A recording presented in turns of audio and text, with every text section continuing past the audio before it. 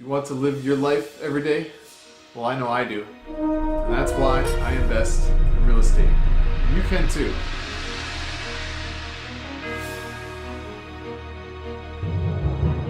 Today's episode, we talk about a catch-22 I've recently been involved with.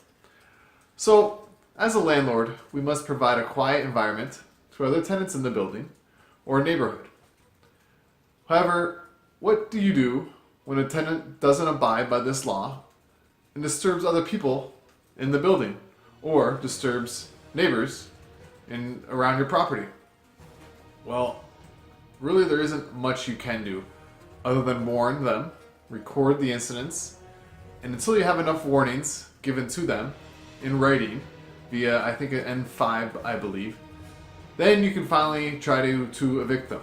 But until then, you have to stick it out. This is because our Tenant Act doesn't allow us to rectify and remove people right away if they are causing disturbances. The catch-22 in all this is the fact that as a landlord, by not providing a quiet environment to other tenants or neighbors, you in turn could be sued by the other tenants or neighbors.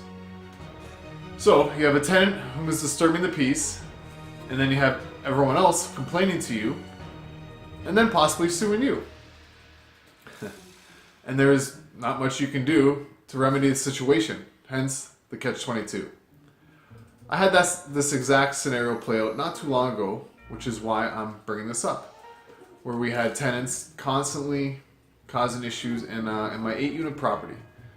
They would fight and be loud, they would run the bathtub and overflow it, and then it would leak into the unit below, which was a restaurant.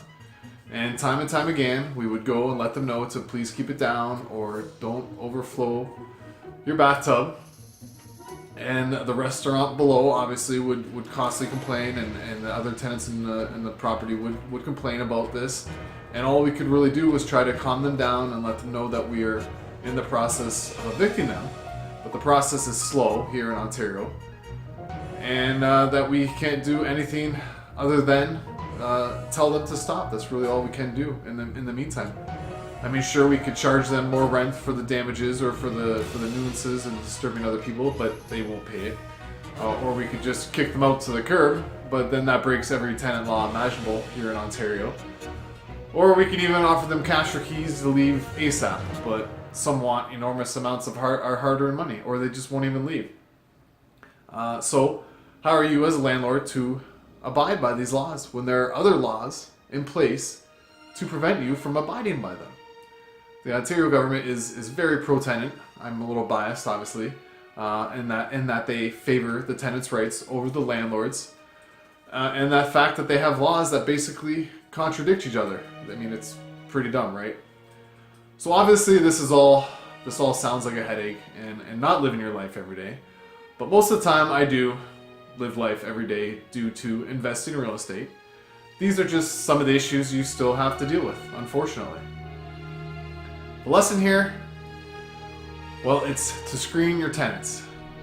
You can also put safeguards in a lease saying if you break the rules, a fine will ensue. Enforcing the fine will be tough, but a lease is really only there to make people aware. The best way to avoid rowdy tenants or avoid this situation, own nice properties in nice areas, as this will get you good tenants, and then you won't have to deal with many, if any, issues at all.